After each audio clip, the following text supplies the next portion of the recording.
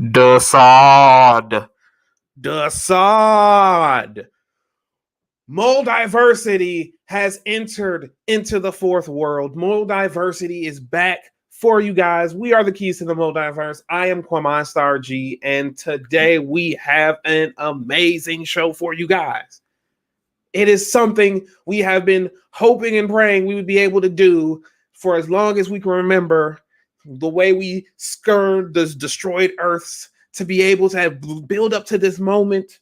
So let's us introduce each other, and then we'll get into the main guest of the night.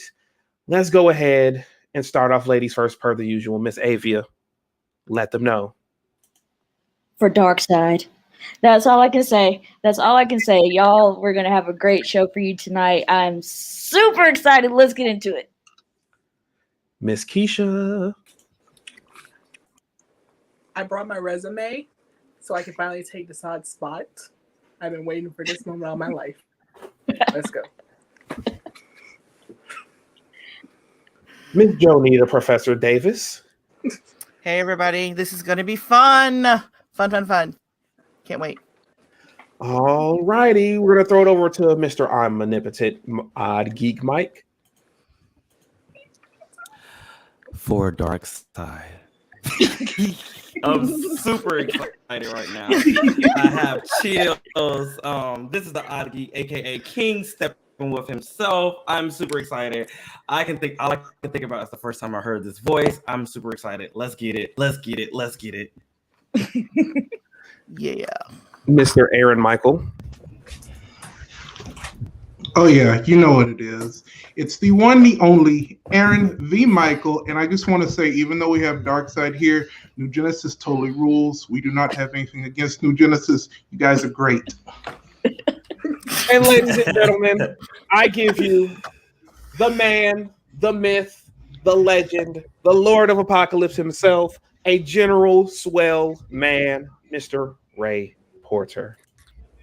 Hello. Glad to be here. It's nice to see resumes. It's, King Steppenwolf. We may have to have a conversation about that. I'm here for it. I stand for Steppenwolf, and I stand for you as well. But, all right. Well then, okay. Wow. Yeah, we have a hashtag here. Yes. It's hashtag Sips for Steppy. And that we started because of that, yeah. Of course, Steppenwolf. We'll come up with one for Darkseid. How about I'll cook for Darkseid.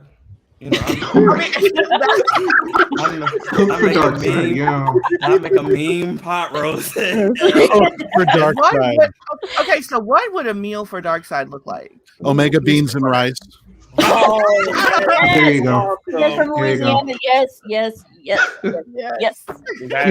a side of anti-life, just with a side of that's right.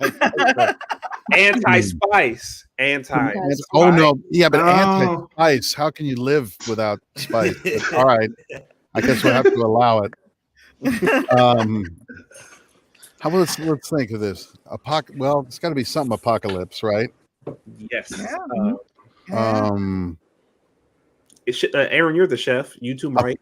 Apocalypse hot pockets. Yes. There you go.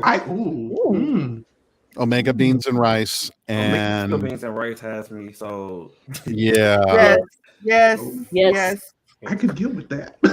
I mean, I'm down with it. We already apparently have the granny goodness of beef patty, so all of this can just. If the anti-life doesn't work out, you guys can open up a chain of restaurants and conquer. Exactly. Desserts. Desserts. Yeah. Desserts. Desserts. Yeah. I like that Absolutely. Okay. Horrible. So where are we starting off? Are we starting off with movie stuff, maybe? Well, first, Ray, how are you feeling today? How are you feeling today? Aside from a little bit of a cough, I'm okay. Doing good. I'm doing good. Just this last week has been interesting. with the movie coming out, and then with Justice is Gray coming out, and seeing the response, it's been wonderful. And just it's been terrific. And I've been back to work doing audiobooks here in the studio, and signing on to Twitter occasionally and answering the odd question, looking at some cool bits of art. It's all good. Although I thought we were supposed to have spring because it was like 90 today in LA. So I'm like, spring was what? When? I think spring was at like 9 this morning, and then that's it. No more spring. So, but other than that, I'm fine. How are you all doing? Oh, doing Good. great. Good. Oh, It amazing. actually got to like 82 here today in Virginia. I don't. How? It's It's like here. 40 here. It's like 40 degrees here. We've not hit I spring don't yet. know. I don't know if it's coming. I'm never gonna get a spring here. It's like cold in Frank Louisiana. said. It's I cold don't- here. It's cold. Right. Yeah. Spring's gonna happen. It rained all day here in North Carolina, so I'm just like, Mhm. yeah. Let's go. Yeah, that I mean, way. like the tornadoes in Alabama. What the hell? Like, it was crazy. Hell yeah. That's when we put it. Yeah. Just nuts. Mississippi. Yep. So Yeah, I know Ray Fisher's in Mississippi right now working on a project. So Mhm. Mhm. it's like, hey, Yeah. are you okay, man? Hello. Yeah. Oh, yes. right. Cool. So Yep. we did not Snap. like do this Yep. whole moderate it. We did not figure out this whole who's going to be guiding this interview today Oh, thing, did we? I sure as hell hope you're not looking to me because I'll be. No, you're like we're all. I think we're all got our we're all nervous and got our fangirl. Don't be on. nervous, for Um, heaven's sake. I mean, really, look at this. Look at this disaster. You nervous? No. Never, No. never, never. No, I'm very happy to be here. I mean, I've seen various broadcasts you guys have done, and it's always been really good. And I like what you do, so I'm very happy to participate. Well, Thanks. thanks. Thank you. Thank you. Tell me what to do, and I'll try to do that.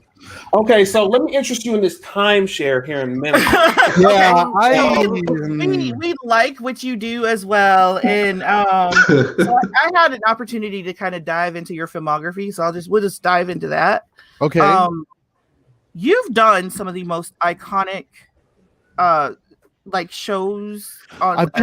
I've gotten to be in some really Wow. cool things. Yeah. Yes, like It's some been- groundbreaking stuff. It's been really weird that way because my friend, I got a friend in Nashville I talk to all the time, and he's like, you won't work for like months or something, and then you'll book a gig on something that is absolutely iconic. Mhm. And it's true. It's very strange. I've ended up in some really cool things. Yeah, So- yeah. I mean, like Shameless, Sons of Yeah. Anarchy, Yeah. Always Sunny in Philadelphia. Yes. Like Modern fun. Family. That That was was a fun. groundbreaking That was- show. Yeah. Yeah. Absolutely. It was so much fun. Even to do that. CSI that changed the whole police Yeah. procedural. You were in Yeah, that. I did. I was in CSI, and did I mean, a lot of stuff basically. My resume is pretty much if it takes place in the 70s or it's someone selling drugs with fake tattoos, that'll be me. Because again, look at this, and I initially grew this out when I was doing Shakespeare up in Oregon, because the only allergy that I have, I'm not allergic to anything except a certain type of wig adhesive that they used up there. And so it was like, so I grew my hair out basically just for versatility more than anything else. And I kind of like it. So it sort of stayed. And then, every time I've talked about cutting it, my agents have been like, no, don't do that. And then I get to be in things like Argo or Almost Famous or The Runaways and so it's been very fun. And of course, Man, didn't matter what my hair was like for Darkseid. So oh no, definitely although not. I did have to shave, which is not pretty. Well, you did look pretty suave when you showed the picture with you, Syrian.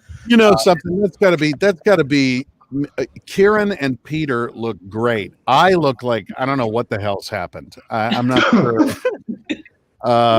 But I promise you, that's the least unattractive of the selfies I took with those guys, where I was like, there's just something wrong here. What's happened to you? Anyway. I thought it looked great. It was the You look scariest great. picture. Yeah. And it was like you could hear the voices like rising out of this out of the picture. And it got real scary real quick. I couldn't look at it too long. All of Apocalypse in a golf cart. Yep. And the planet is still here. Temporarily, yes. So how did you manage to get a career where you were this type of actor that you didn't have to, slim down, bulk up, dye your hair, shave your head, or believe me, I'd love to be the kind of actor that had that was in demand in that way, where I did have to slim down, bulk up. I mean, damn, I could slim down, right? Well, I need to slim down. Somebody asked me to slim down, and I will. I don't know. There's a certain type of actor, I think, that they're called character actors, which is pretty much what it does, what it says on the tin. Those actors that you've seen in a lot of things, and you may not necessarily know their names. But no, I've just never had the kind of situation where they're like, okay, we need you to be bald for this. We need you to do this. Obviously that'd be fine with me, given the jobs, but I don't know, 9 times out of 10, like, I've done TV shows, and I've gotten to the point now where I feel like I know I got the gig if they go, could you cut your hair?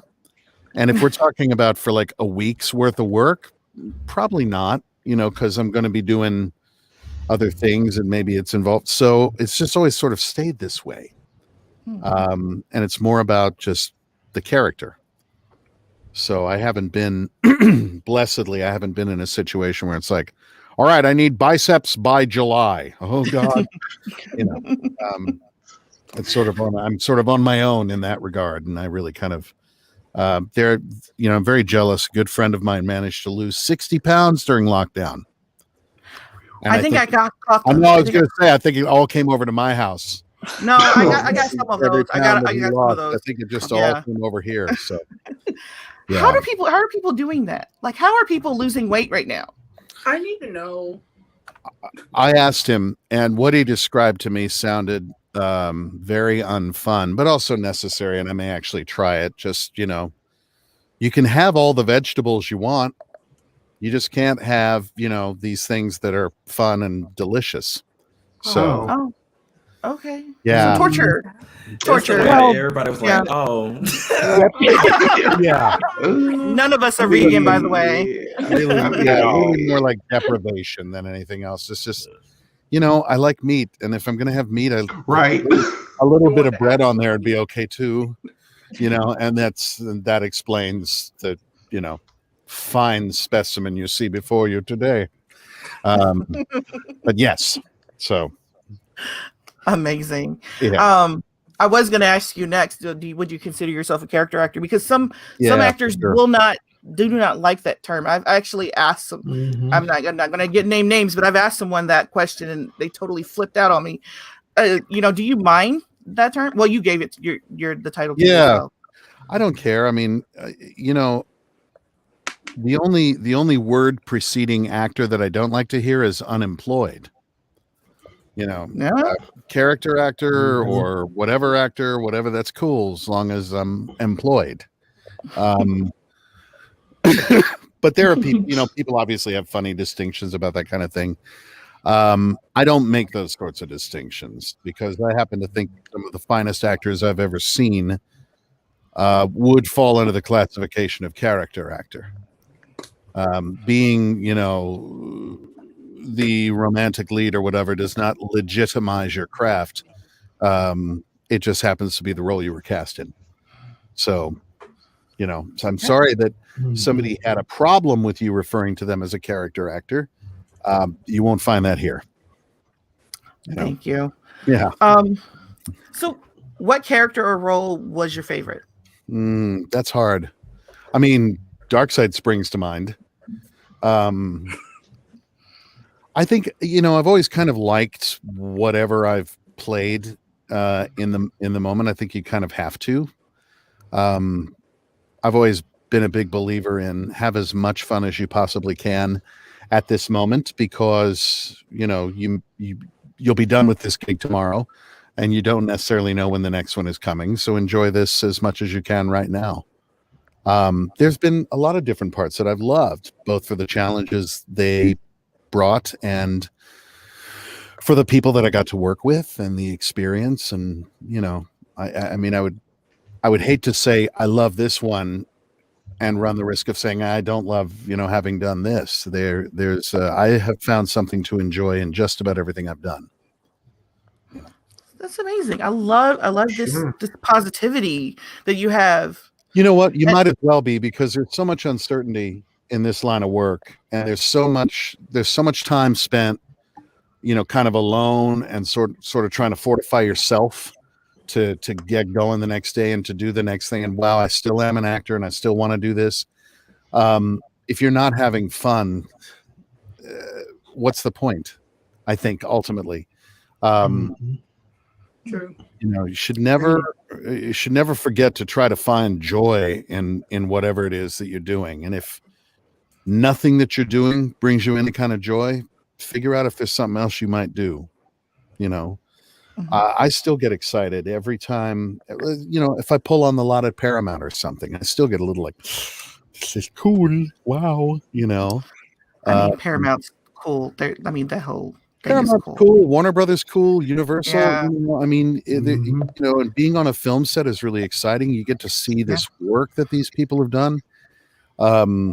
Seeing the movie and seeing what these VFX geniuses have done with creating Darkseid and Steppenwolf and Desaad and Apocalypse and all of that. It's like, wow, I get to be a part of this. How cool is that? I just think life is too short to not be, finding something to enjoy and really enjoying it as much as you possibly can. Okay. So that's kind of been my attitude about it.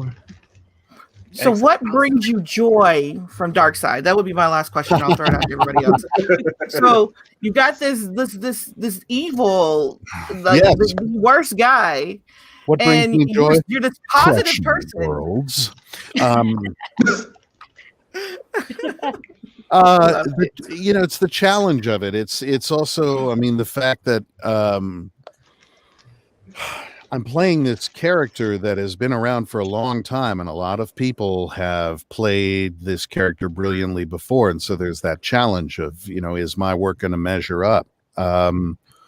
There's, the history of it. There's the momentous occasion of being the first live action Darkseid. There's the chance to act with Kieran Hines and with Peter Guinness, which was an absolute blast. So many things. And when I read stuff, on Twitter or whatever, where people are like, I grew up imagining what Darkseid would sound like, and I'm really happy with what you did. That means the world to me. Jeremy Kirby, Jack Kirby's grandson, when he kind of gave me that blessing on Twitter, where he was like, you did him proud. That's enormous. I'll never, ever forget that. The actual playing of it, and I got to do a character with really, really great writing at the hands of Chris Terrio, and play those scenes. And it was a very easy thing to play the reality of those scenes, because you had such great writing behind it and great actors around you and that sort of thing. I loved it. It was really fun. Awesome. All right. Throw it to the group. Okay. Well, I'll go first, since my question kind of trails off Joe's question. So Sure. When you found out that you were going to be Darkseid, Yes. did you do any comic reading or look up anything? Like, how did you get here? No, that's a great question. I didn't really do a lot. I was woefully unaware of a lot of the history of this character going into it. And part of that was by design. Part of that had to do, again, when you're playing a character with such a history to it, and so many people who are like, that's my Darkseid, growing up, like, no, Michael Ironside, from the cartoons, man, that's Darkseid as I know him. Other people, who are like, no, it's the comic books and it's, that kind of thing. It can be a little intimidating and a lot overwhelming to try to encompass all of that and bring it to your performance. And so the best thing I think is to make the simple choice to just not.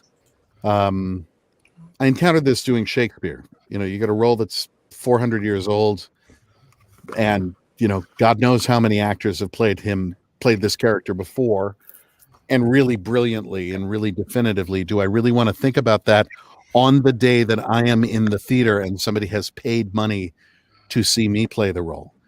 I think it's a far better thing to simplify. It's not arrogance. It's just simplifying. It's like, well, this is the first time I've done this role, and I'm going to do the very best I can so that the person who spent their money to see it feels like they're getting good value for that money. So that was kind of my approach with it. It wasn't until later, and I'm kind of glad, there's that sort of ignorance is bliss vibe to it too, where it was only after I had played the role and subsequently been removed from the film when another version of it was released in 2017 that I began. Version? No. I'm talking about an alternate timeline. Oh, right. Yeah, there you go. Everything is really brightly colored and very shallow. The shade. We love it. Anyway, people do their best. I started to read up, and it's like, wow, this is really enormous, and I'm really glad I didn't know this when I was filming the character, because I just wanted to play the truth of the scene, if that makes sense. I don't want to play Darkseid. I want to play this character who is, striving to find, he's got Steppenwolf, who he completely disregards. And it's like, wait a minute, you found anti-life? Okay. All right, great. If you find it, I'm going to come get it, and talking to Darkseid about it. It's like, no, anti-life is there. What do you mean? We're going to do something else? Hell no. We're going to do that. Let's go. So it was good to do that, just to play the scene, because then I think people can inform whatever they inform on it, and they can measure my playing of Darkseid against other people's portrayals of Darkseid, or even the Darkseids that they remember from various iterations at the hands of different artists and storytellers over the years. But you don't want to play the history of it. I'm not in the museum business. I'm in the acting business. So, yeah.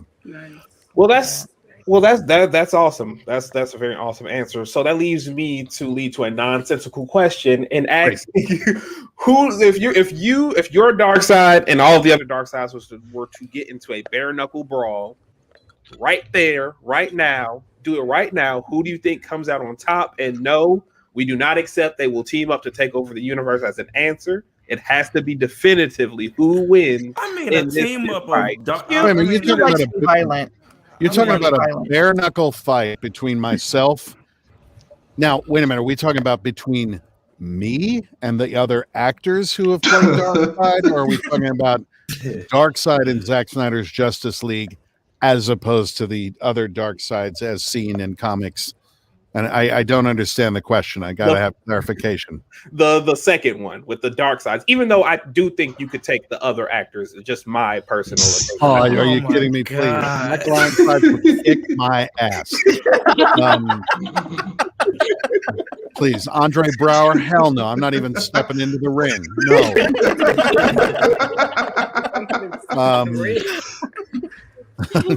Jonathan Adams? No. I'm actually, he could kick my ass. I guess I'll pull up and I'll tag team. Like we're not going to go out like that. No, I don't know. I mean, I could run the risk of infuriating a lot of people on Twitter and say, oh well, I think my Darkseid would prevail, and But I don't think we've seen enough of Zack Snyder's Darkseid to really know what kind of a fight it would be. I think we would need to see a little more of Darkseid in order to understand. So I agree. I don't know. Restore something. That's an excellent point. That is an excellent point, right? And a really skillful way to evade your question. But I did my best. That's okay. Q is messy. He's so messy. You're just trying to get me in trouble. You're just trying to get me. There'd be some very angry person who'd be like, "No, man, this Darkseid," and I've got to. You would be the dude in the bar who's like, I don't know. He said he could kick your ass. All right. I'll be I would only say that if I knew I could be in the fight with you to go back. No. You would also be that guy saying, I got you, but you're back in the corner. That's a decide move. I got you. I got you on video. Yes, YouTube is going to love this. TikTok. Funny. Great question, and I may I reserve that answer until later, when perhaps we've seen a bit more of Darkseid. Yes. All right. Oh yeah. I have a question. Yes. Since the Snyder Cut dropped, there have been a lot of funny reaction videos and memes. Which one is your favorite? Because we played along, and there's some very good ones out there. I'm sorry. Leslie Jones is God, King, Empress, Queen of my world. I have gone back, even in days when I've been feeling like, I'll go back and watch some of her stuff and just laugh until I think I might need medical assistance. My day. It's just there's no contest. And yes, there have been some hysterical memes. But watching, I want there to be a Leslie Jones commentary DVD of the movie. Yes. Director's commentaries of DVD. I think spend the money, get her in there, and just there you go. Yeah. Yeah, I really loved her. And the Justice League needs therapy, and y'all aren't gonna win against this guy, so go home. That whole fuck you and your scarf. And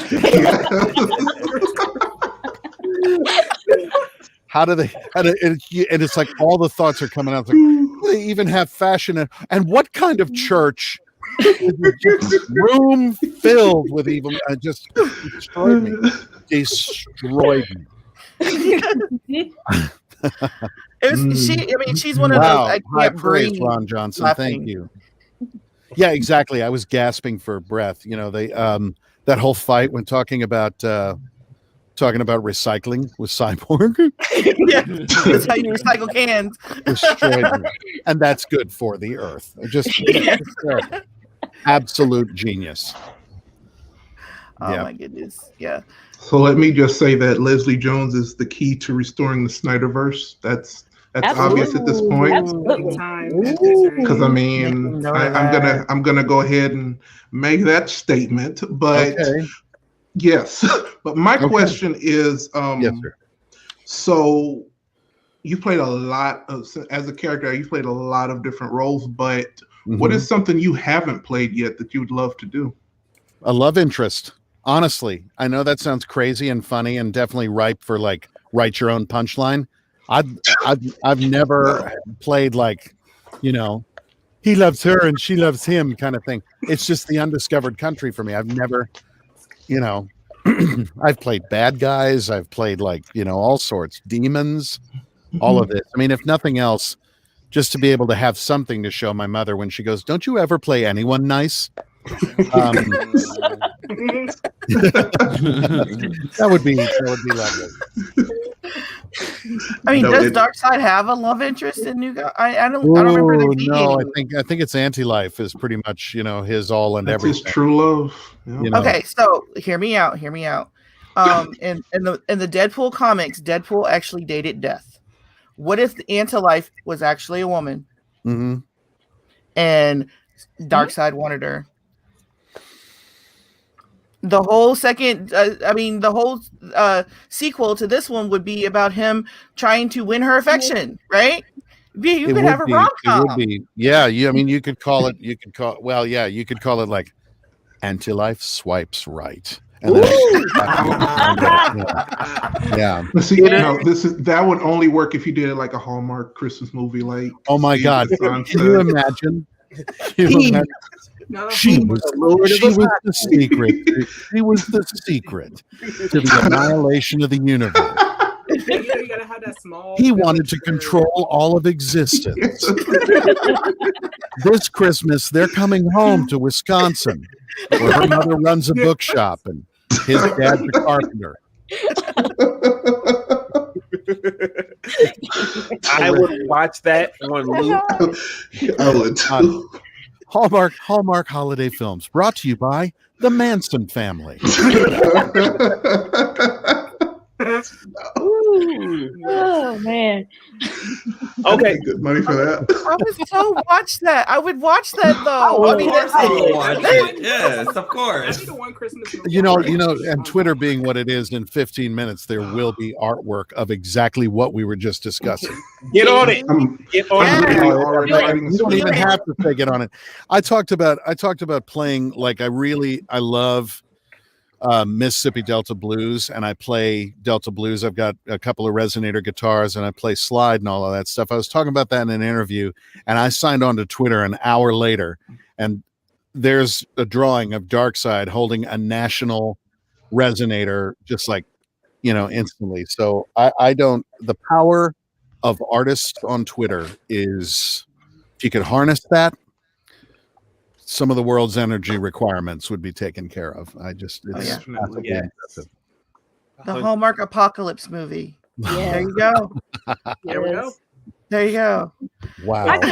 I got another question. If Darkseid was to make a playlist of taking over the world, what would be his top 5 songs on that playlist? Well, I would start with a band called Rammstein and their song Mind Tile, which has always been a big motivator for me. I love that song.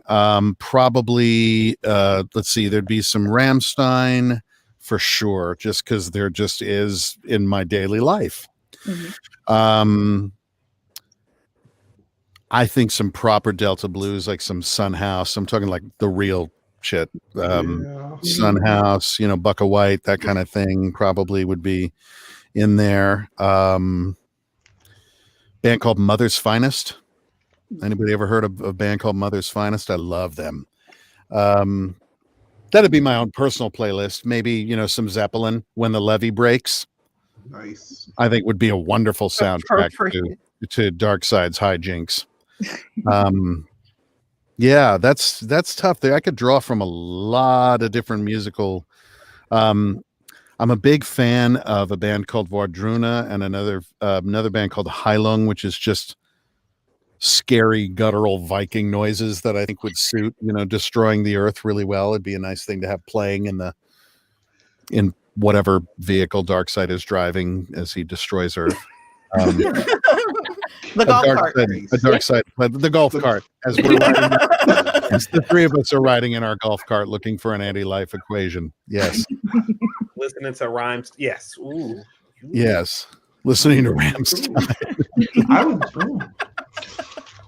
Yes. So that's the part of the Hallmark movie. Okay, noted. Part of the Hallmark movie. Noted. Just because I would love to see the look on Till Lindemann's face, Till Lindemann from Rammstein, if they're like, we want you to do a Hallmark movie. That would make me extremely happy just to be in the room for that meeting. We want you to do a Hallmark movie, all for Darkseid. Yay! Okay. Exactly. Even better. So, group, what do you think? What do you guys think would be on there? Yeah.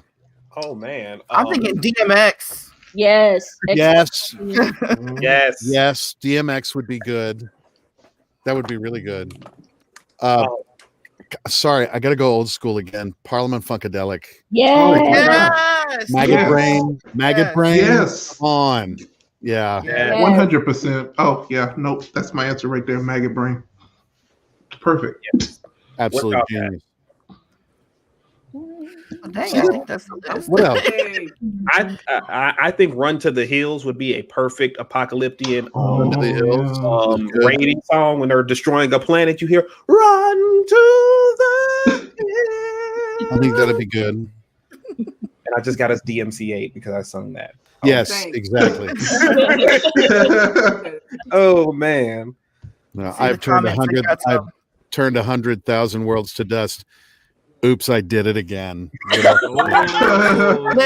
you cannot have a good revenge track without some Britney. Yeah. Right. German industrial metal, Delta blues, 70s psychedelic rock, and Nordic Viking metal in the PA system at Apocalypse High School. You pretty much just described the bulk of my iTunes playlist. Wow. Yeah. Also Nice. traditional Celtic music, but that doesn't really suit to destroying the earth, you know. No. I've That's turned another- 100,000 worlds to dust. Not really gonna work. I'll just Drake say this James Brown, song? the Big Payback. James Brown, the Big Payback. Oh, the big payback, yeah. Yeah.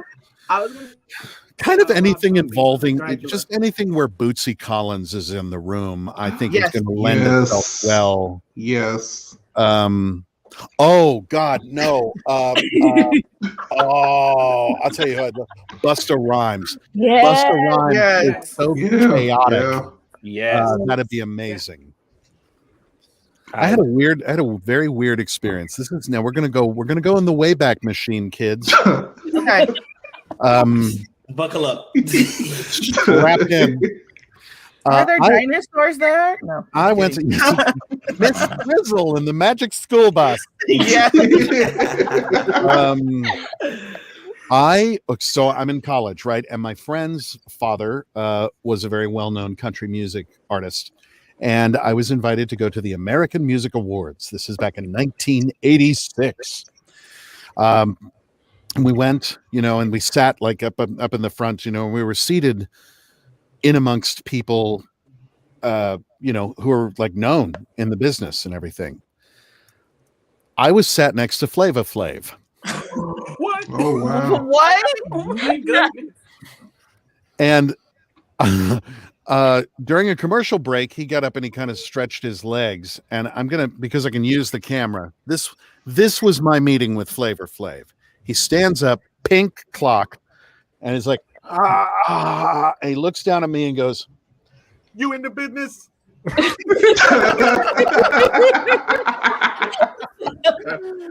I was like, ha, ha, ha, ha, sure. A face full of Flavor Flav going, "You in the business" is, Oh my god. I recommend it. A young Darkseid. I recommend it. Oh man. So yeah, that is That'll go in the That is a Darkseid memoir. story for Yeah. ages. I'm here for that. So I got another question. Yes, please. This kind of ventures off into another verse, but kind of still ties in. So, what I trying to save over the earth, right? Mhm. Probably would need a little bit of help. Yes. Now, who would you think he'd rather have on his payroll? Godzilla or Kong? I'm sorry, your signal broke up there. What did you say? Oh, it's saying- Godzilla or Kong? Oh, now you really chose violence right Right. there. Yeah. No, okay. Aaron hasn't seen the movie yet, so just before we launch, Asking the real questions. I haven't seen the movie yet either. I will tell you that as far as my own background, my own sort of taste, I've always been kind of a Godzilla guy. yes, King. King. Not discounting Kong, I've just always been sort of a Godzilla guy. Oh, you can discount him. It's okay. We're not going to be offended. I'm not. Oh, no, yeah. No. I'm Yeah, offended. you don't have to worry about it. I'm going to have Kong like ringing me up on Twitter like, I hear you like Godzilla.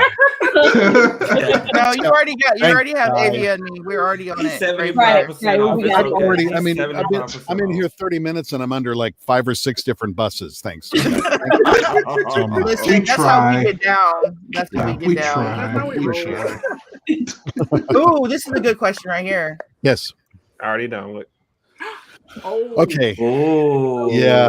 And there Now- goes bus number 6, ladies and gentlemen. Yes. it's okay. We under the bus with him because they I throw was us under asked- the bus. I was asked this very, very early on. I think one of my very first interviews, and I said, who would win in a battle? I said, well, Darkseid, because he doesn't need a special magic glove. Oh, I love that. period. you're not But wrong. I was happy to know there's much wiser people than I have actually taken on this debate and made videos on YouTube and like exhaustive, going deep into the catalog and like pulling out facts and tidbits, and they said Darkseid would prevail. So There you go. Well, I mean, There you have it, cannot ladies and beat gents. YouTube experts right there. So there you go. Exactly. oh no, The if map. it's on YouTube, it must be true. But no, actually, it's really, there was a couple of videos I saw that were really impressive, and I learned a hell of a lot watching them because they clearly knew what they were talking about in both cases. And I cannot remember who it was that did it. I've seen a couple more spring up in the intervening months, but really good like arguments about who would prevail in such a battle. But I also liked the one where at some point they would realize there was no point in fighting each other since they were kind of seeking nullification in different forms, and so why not join forces? And so That's a respectable. There you That's go. a respectable outlook on it. I I mean, mean, maybe the anti-life equation he found was the friends he made along the way. Not like Nickelodeon. Anyway. Yeah, that's what I was gonna say. That's not Hallmark. That's like Disney Channel, or Right. That's like slime dropping from the ceiling sort of ending. Yes. There you go. Yeah. But in all- Disney's new gods. in all seriousness, though, Yes. at least I say you would definitely take Thanos. I know we went to Indian Nights, but I think you would take Thanos. No, and I know that there's a lot of people with varying opinions and stuff, but again, I saw a couple of these videos that were like, nope, and here's why.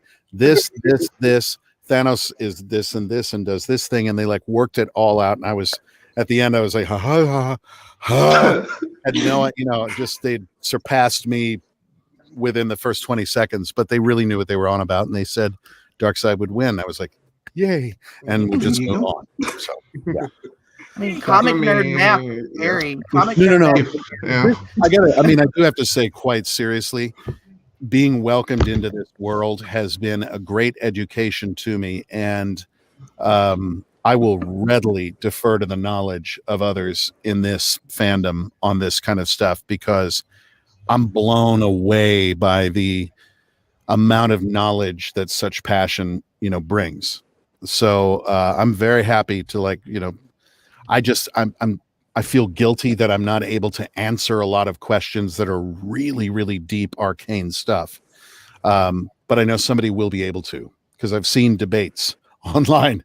And it's really impressive. I mean, these, I think, comic book fans, I put them up there with, scholars of history, scholars of, certainly Shakespeare, which is my background, but you talk about an exhaustive knowledge of something. It's impressive. Really impressive, I think. So much respect for comic book fans.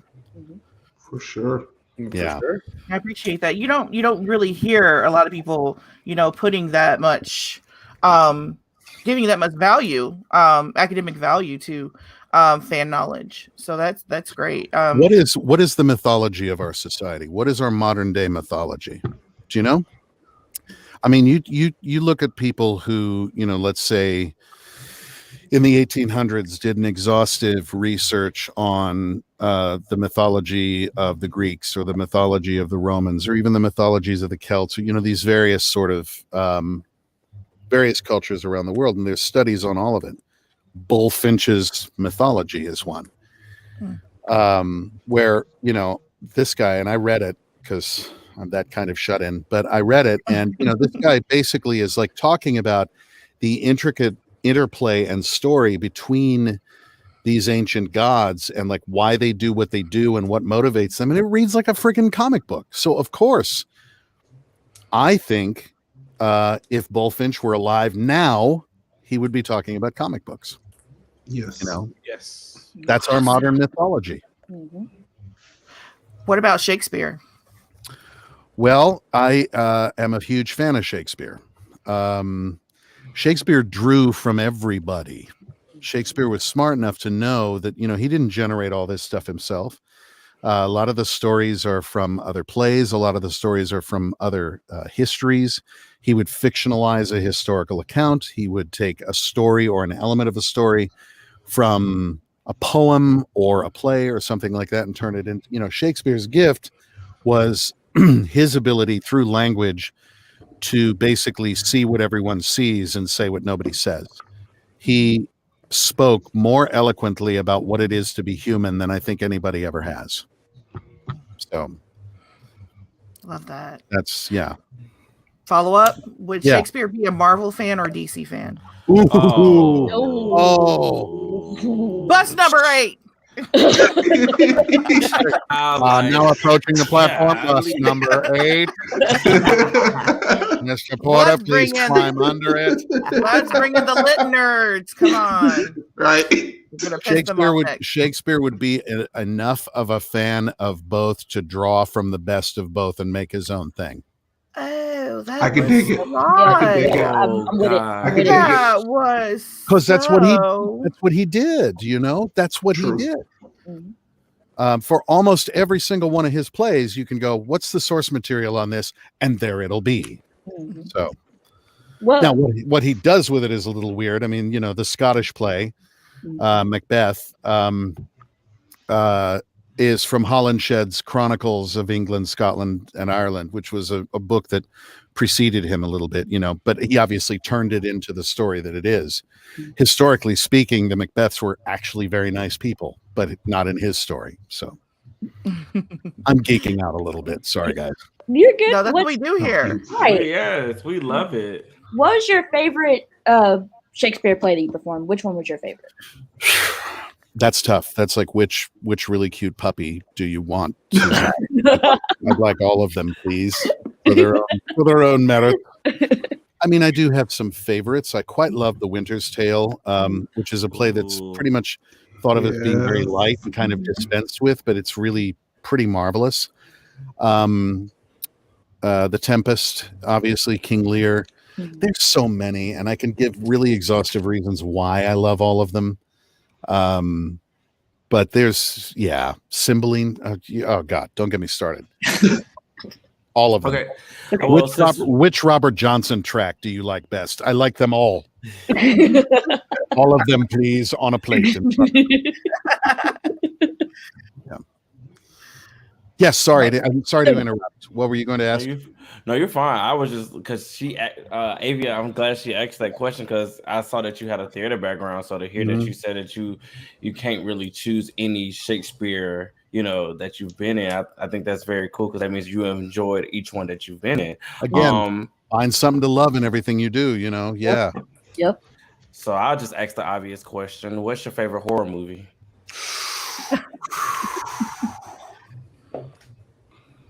Top 2, top 3, whatever you choose. Okay.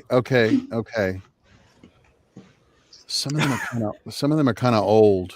I like going back and watching old. Yeah, we movies, do old school here. Yeah, we do old school. So I like to go back. I'm not talking old like black and white horror movies. That sort of thing. It's just The Birds. You like The Birds too?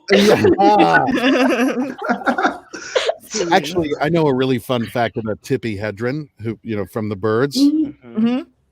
In the 60s, as the Vietnam War was wrapping up and they had, refugees coming to the States and other places to help and that sort of thing as a result of, America flexing its muscles over there. There were a lot of refugees and displaced people.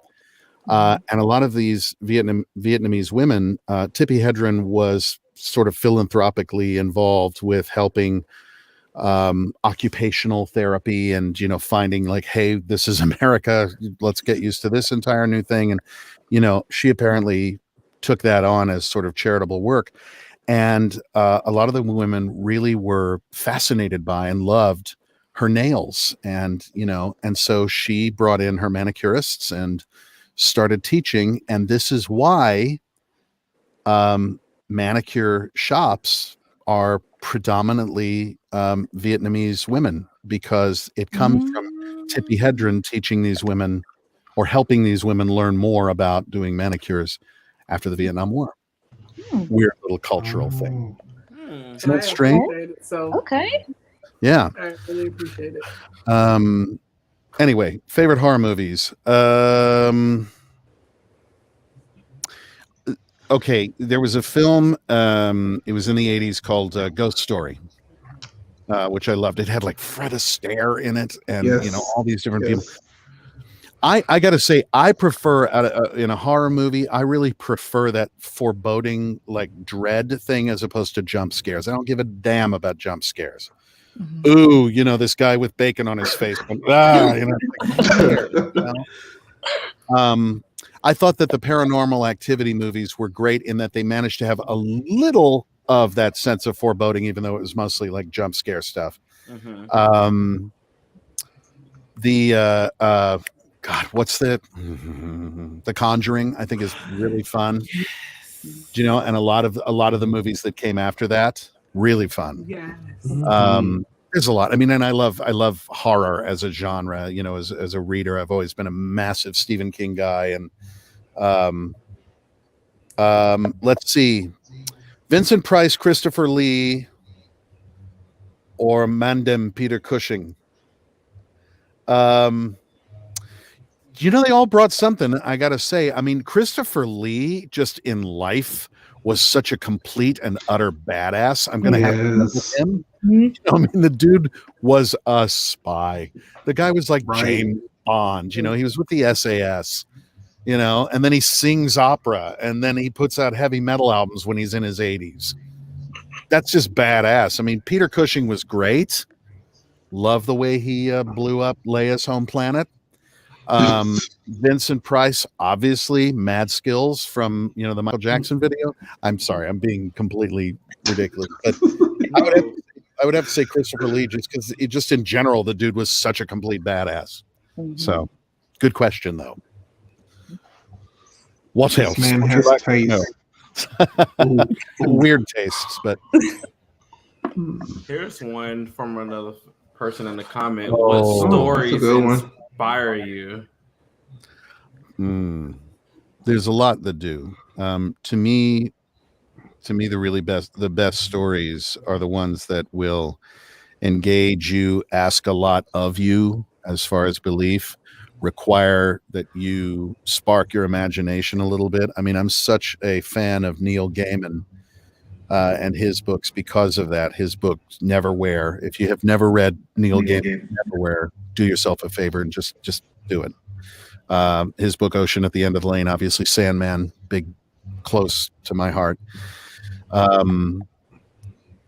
I think the kind of stories that show that magic can exist in even the most mundane of places. It doesn't have to be this big, huge put-up job. I mean, I do love some high fantasy stuff. I love some horror stuff.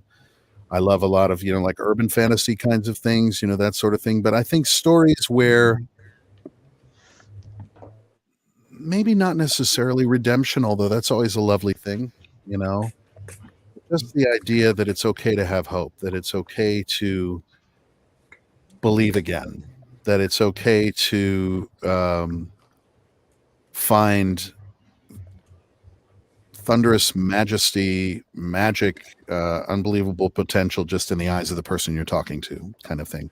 I think stuff, that's the hero's journey. Obviously, Zack Snyder's Justice League is a brilliant essay in what the hero's journey is, many times over, because of each entity in that film. Learning to embrace the world that you're in and finding wonder in the world that you're in. I mean, Cyborg's story in the movie is so inspiring because of that. He could have just remained angry and hurt.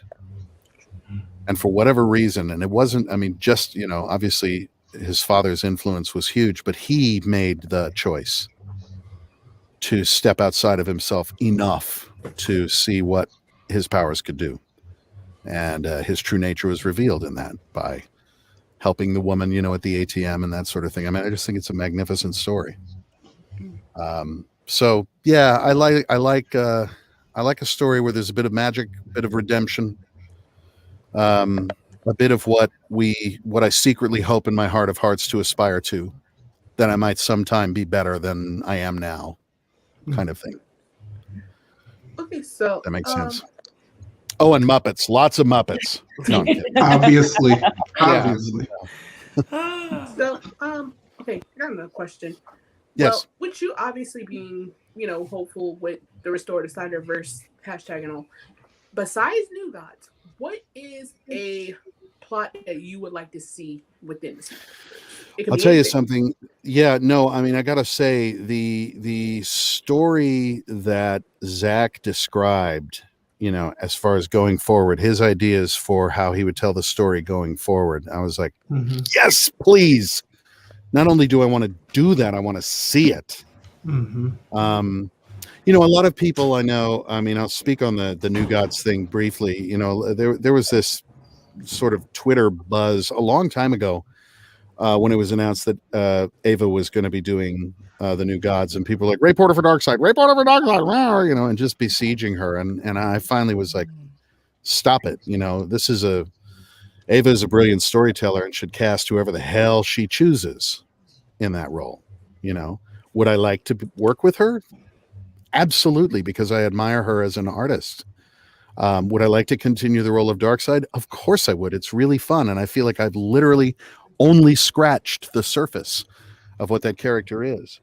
So I would love for it to continue. But as far as the storyline goes, what Zach had in mind for the next film and the one after that, I want to see that.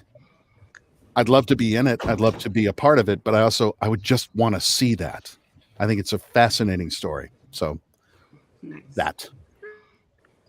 I can dig it. I can dig. Yeah. So let me just ask the big question. Yes. If, and I mean a big if, Zach and Ava are currently watching at all, do we have something exclusive for them to maybe hear? Possibly? No, not exclusive for Zach or Ava to hear. Maybe for our fans. There's something that you wanted. There's something you wanted me to read. Is that right? I think that's right. But I mean, you sent me some lines to say. Don't try to like. In your Batman shirt. No, I'm being magnanimous. Let me share this. No, you asked me. Hi. Welcome to Under the Bus. It's warm down here. It totally is. All right, hold on a minute. I like it. Let Grandma put on her glasses. Grandma, I just need my spectacles. All right. I don't know if I can do this. My voice is hash today. All right, let's see. Child, I command with 6,000 voices. As I stare into your soul, 6 million join. As I crush your spirit, it is with 6 billion hands, all with one voice, my voice. That is power. Like that? I need to turn the lights on in my office here because it's pretty dark and I'm by myself and I'm kind of scared now. That was amazing. So like that? Yes. Yes. Yeah. Okay. That was okay. So that happened. Okay. That was the greatest thing I've heard all my life. What else is there to say? Yeah. Darkseid. But if I agree to living with you down under the bus as well, could you just say that on repeat for the rest of my life? Being under the bus. That'll be your ringtone. Yeah. Thank you. Very kind. That's very nice of everybody. Thank you. So awesome. That's lovely. Yeah, it's funny. I was Zach had me do some additional stuff. additional lines and redo some lines and things like that. And I recorded it right here on this very microphone right here. So I'm very familiar with making those sounds. Nice.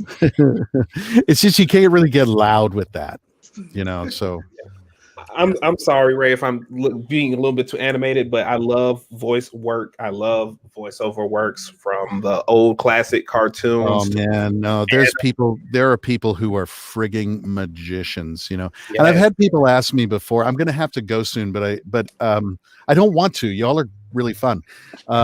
Stay forever. Stay. We all float down here.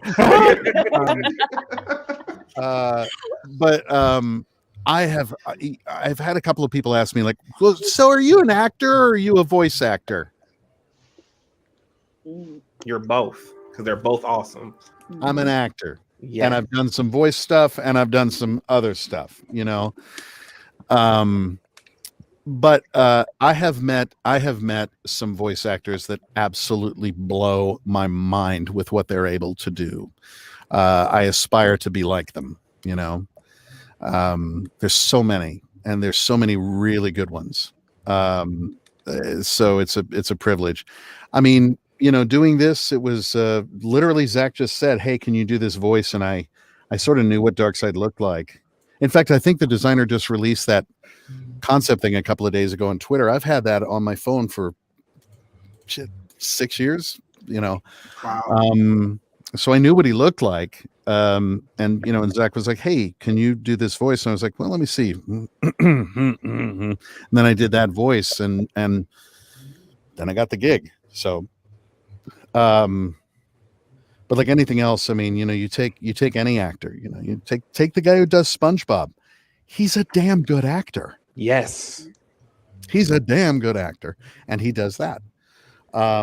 Stephen Root, who is an actor that I admire for literally everything he has done, and he does tons of stuff in animation and that sort of thing.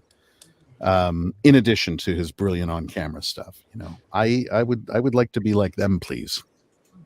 So, yeah. For sure. I was gonna say, since we're on the movie, I think us fans, everybody on this panel, we have been waiting. We have been, in the trenches and doing what we can do. I want to know, what was your first initial reaction to when you finally watched all 4 hours of the movie and you can see that complete story finally brought to life? Man, I mean, it was such a cathartic, huge experience for me. I mean, there's how many years, and I mean, I was in it and then I wasn't in it. And then I couldn't really say anything about the fact that I was in it. And then I could, and, I got kind of welcomed by this fandom. I didn't really have anybody going, "Well, who are you? We want a real actor." Nobody was like that. It's like, "Oh, I never heard of you. Cool, come play." And I got welcomed into this community, and I got to see this man who I admire as a man, never mind as a creator, never mind as a storyteller. I just really like the guy. He's a good person. And I got to see him fully tell his story the way that he wanted to and be vindicated, because it is such excellent storytelling. To know that there were people all over the planet who were celebrating getting to finally see this thing. There's so many layers of joy in all of it, and it has been an absolute privilege to be a part of this. It's just been wonderful. It's, and then just as a straight moviegoer, I mean, there were places where I cried, there were places where I like cheered and jumped up and down, because it's a damn good movie. And it was over, and I was like, that was 4 hours? What? So yeah, it went by fast. It really did not. I felt like we all felt like that. I was at the end. Right. Can I get like 4 more? No shade. no, exactly. Yeah. Exactly. Because like that little ending scene where Darkseid was staring the League down and they were staring him down. I was like, Yeah. And then what? Yeah. And then seeing in Cyborg's nightmare vision, seeing what Darkseid could do when he was in Atlantis with the Omega Beam, like that's scary. Yeah. How was your reaction to seeing that I thought it was cool as hell. I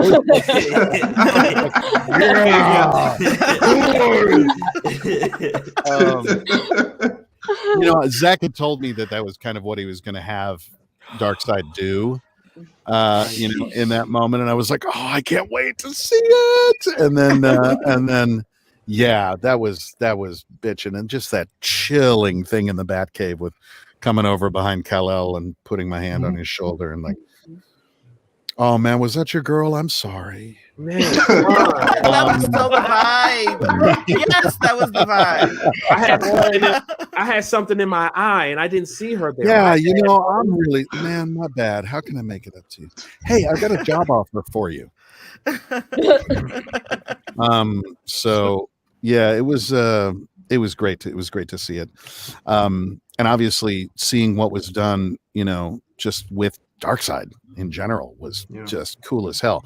Now I did some mocap for Darkseid. The bulk of that stuff and the bulk of Steppenwolf's fighting and that sort of stuff was handled by Richard Citrone, who Zach has used for years and years and years. He's a brilliant physical performer, stunt guy, fighter, just all around really, really talented person.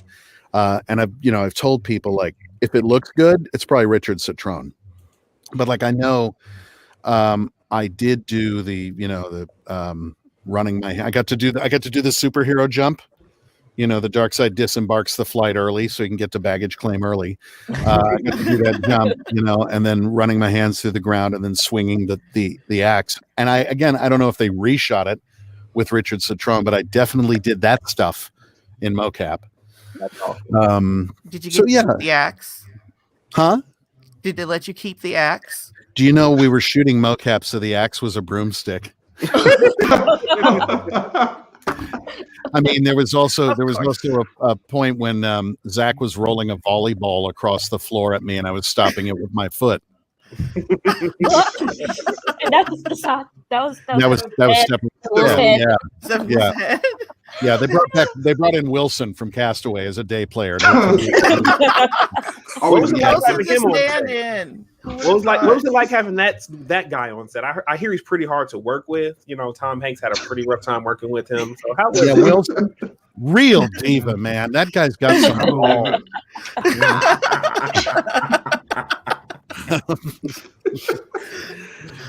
Stupid. So stupid. Thank you very much, Ron. Very kind. Before we get to your time, I want to ask about Sandman. You're in Sandman. I am in Sandman. Yes, I'm like 15 different guys in Sandman. Yeah. Can you tell us anything about it? Or you? Yeah, sure. Of course. I mean, it's out now. It was like the number one audiobook for months and months and months. It may still be. I don't know. It was a huge production. I got to do it in London with some actors that you know and that you've heard of, and a bunch of actors that you don't know and you haven't heard of, who are chef's kiss, just brilliant actors. And all these people were, crammed into this small studio at Audible Studios UK, and we were doing the script. Dirk Maggs, who produced The Sandman for audio, also kind of took Neil's words and turned it into a script. Really good. Obviously, Neil was there too. But I played, again, don't I ever play any nice guys? I got to play Beelzebub to Michael Sheen's Lucifer. I do play a nice guy in Sandman, though. Character called Gilbert, very proper English man, who has some mysterious things about him. But it was really amazing. It was really fun. I got to know some pretty terrific actors, got to make some new friends, which was great. And there's just something magical about, jumping on the tube in London and going to work. So I love the UK. I really love the UK. I would like to live there someday, please. How long were you there for production? Well, for Justice League, I was there for a total of almost 2 years. Yeah. And then, I go back as often as I can just because I made some lifelong friends there. And the single greatest pub in the world is in the small town I lived in. Oh, man. Thank you. Thank you, Val. I'll tell you, you're not alone. There were people in the studio that were crying that day. I was super proud of that. they were going to offer the role to Stephen Fry, and then I did it, and thankfully Stephen said no, and they were very happy to have me. But I like to say I stole the role from Stephen Fry. Yes, we'll put that in the history books. Yes, exactly. Yeah, it was really great. I mean, I love just collaborating with actors and just being, in a room like that where you're trying different stuff and you're going for it, and you have colleagues there who understand what the grind is and get it, and or you get to root for each other and enjoy each other's company. It's marvelous. So I really liked it. Oh, sounds amazing. Yeah.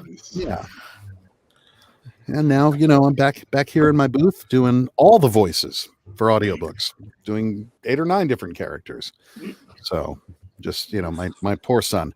What does your dad do? My dad's a fireman. What does your dad do? He sits in a blanket fort and yells things in different voices.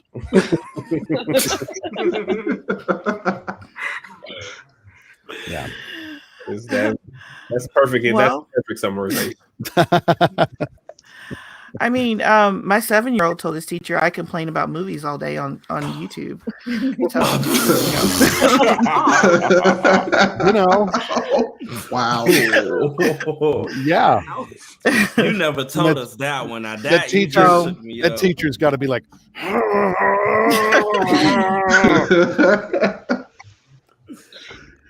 that's excellent. Yes. That's excellent. Kids. Great yonder. If I were to cross universe. Okay, sign me up. I don't even know what it is. Let's do it. Absolutely. I have to study. I got some learning to do.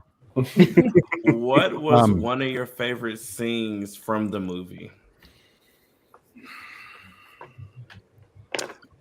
Oh, God. There were a lot. Okay. Superman's entrance in the fight with Steppenwolf, when Steppenwolf's about to chop Cyborg down and suddenly Superman's just there. I screamed. I was so happy. I was cheering. The Alfred Superman scene was pretty amazing. I'm such a big fan of Joe Morton, who played Silas. Yes. I worked with him in a play. We did Henry IV. Where he was the king, and I love him, and I've admired him as an actor. So pretty much all of his stuff with Ray, I remarked to Ray that I mean, obviously the dialogue is great, but the amount of dialogue in just the looks they gave to each other was so huge and so eloquent. That whole arc I loved, but I mean, I was very, very happy every time Joe Morton was on screen, I got to say, because that guy is an amazing actor. Just, I mean, the dynamics of, me having a similar sort of situation regarding fathers, as Victor did, the complexities of that relationship, what it is to be a son who suddenly grows to the point where maybe you don't need your daddy anymore, that kind of thing, if your daddy was there. Reconciling the fact that the father wasn't there early, and that kind of, I mean, all that stuff really close to home, and continuing on after your father has left, kind of thing. I mean, all of that stuff was huge, and they played it so beautifully. So yeah, just the whole Stone family, I mean, just brilliant. I mean, there were, gosh, and then I think of I don't know. I think of Bruce Wayne's interactions with Alfred, what that's like. I mean, there's so many thematic, there's so many similar threads that run through of these fathers and or parents that aren't there but kind of are, and how each person reconciles. I mean, look at Barry Allen with his father. What's that relationship? Look, all of it. It's all these kind of interesting common threads, these different, materials that all sort of come together and make this thing up. It's just great storytelling. The fact that, again, great storytelling, the fact that you can have a character like Steppenwolf who people feel bad for and want to hug by the end of the movie, I think it's brilliant storytelling. Steppenwolf is a a badass. He's a villain. He's terrible. He's horrifying. He's a nightmare. He's hard on horses. You know, he's awful. And by the end of it, you're like, poor Steppenwolf. Pretty cool. You want to give him a hug. Right. You want to give him a hug, a pointy hug. Yeah. I mean, just like make sure all your tentacle whatever thingies are down, and then come here. Exactly. Exactly. I just want to take him home and just cook for him. I want to cook him a big Sunday meal. That's all. You know what would be? It would be really handy if you did cook him a big Sunday meal, because he could do your potatoes. You just need to run them right down the side of his armor.